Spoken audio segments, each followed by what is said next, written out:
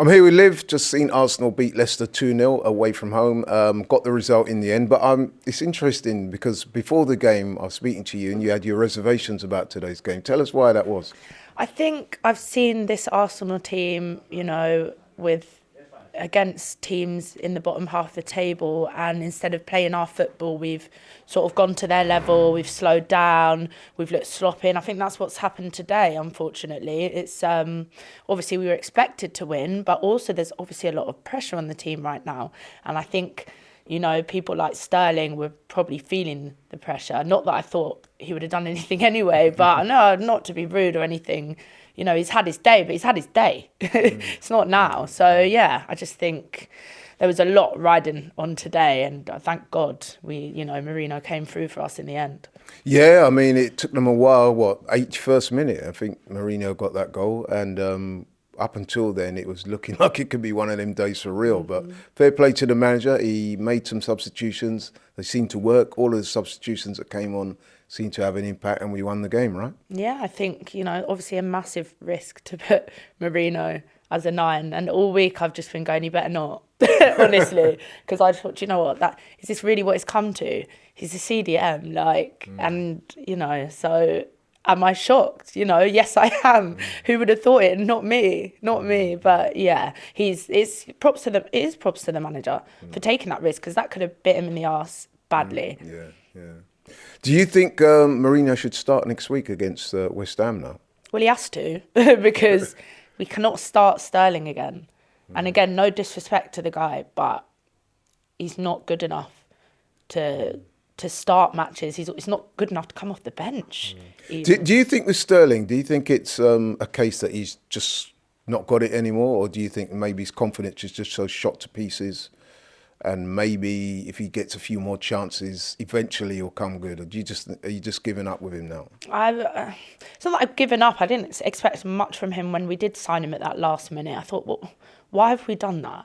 What is the point? It was a consolation sort of last minute thing, and I think he's had his day, and people's careers in football are very short. And they all come to, there's some longer than others and some are short. And his just, he's done, I'm afraid. And it's sad. And I told you today on the stream, I felt sorry for him. And I was looking, he knew he was coming off.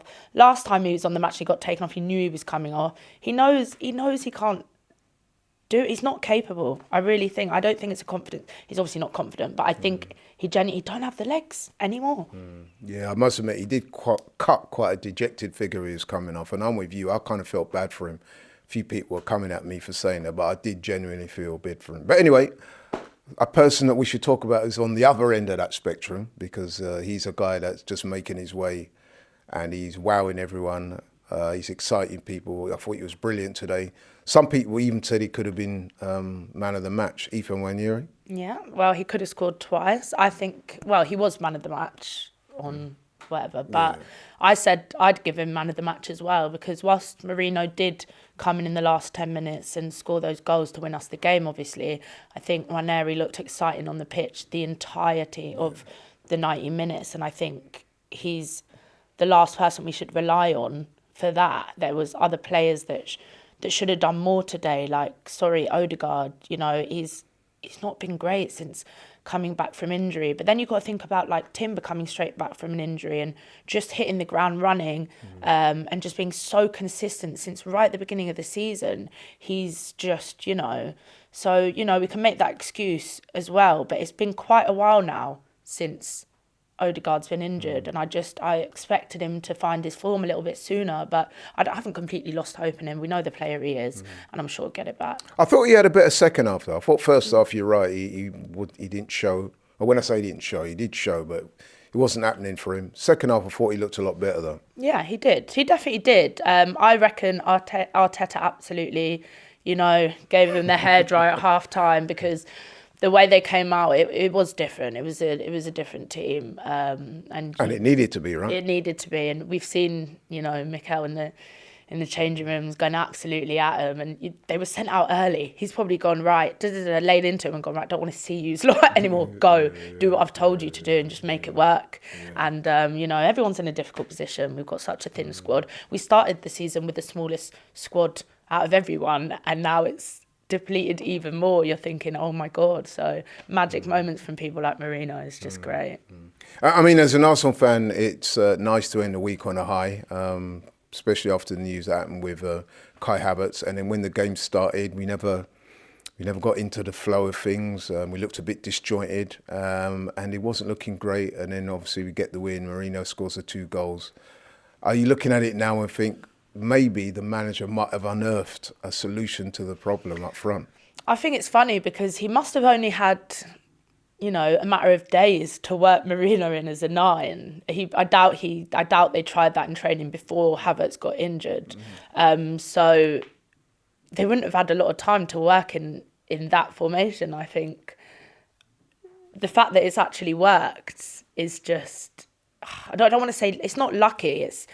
It's intelligence from Arteta, and obviously, taking a risk like that. Yeah, I just think going forwards, I'm still nervous about the rest of this season, to be honest. And we could get more injuries, Laurie. Yeah. Do you know what I mean? This may not be over. The sheer, you've got to ask, okay, we're out of the FA Cup, we're out of the Carabao. It was kind of good because we do not have a squad that can play on all 4 fronts right now. We will get more injuries. We cannot suffer any more injuries.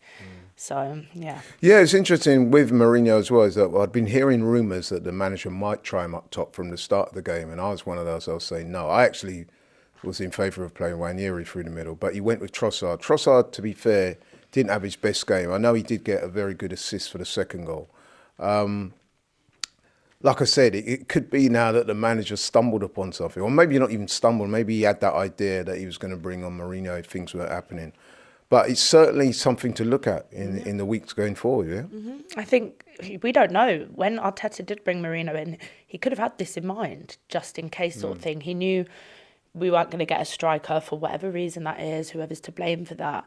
But he did bring Mourinho in, and we were wondering sort of why as well, sort of at the beginning, and he's actually come and obviously scored these 2 goals now, and you're thinking, did Mikel, what was he cooking in the summer? I'm not saying it was a good transfer window. I will not say that. I will never say that. But it begs the question, does, these lot know obviously a lot more than us, and the reason for bringing people in, that could have been one of them.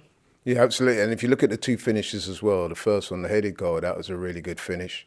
And then the second one, arguably, is even better finish. He took that ball on the half volley, finished it with aplomb, really. Yeah. On a wet pitch. And I think, throughout the season, though, I'm pretty sure, if I remember correctly, I have seen Mourinho miss a few of those headers. So I wasn't confident as that was, coming into the box. But, he did it. He's obviously tall, aerially brilliant. But yeah, that second goal, that finish, that was a striker's finish. Yeah. He looked like a striker today. He didn't look out of position one bit. Yeah. And just finally, would you change the starting lineup for next week against West Ham at home? Look, if we can work Benny Blanco in, I'd love that, just because I think we just need that shithousery back. I miss it, but obviously Timber, absolutely amazing as well. So I wouldn't know who to choose between those 2. I'd keep it the same, except I would put Mourinho up top. I'd put Mourinho. So you go for Mourinho up top, Trossard on the left and Ranieri on the right.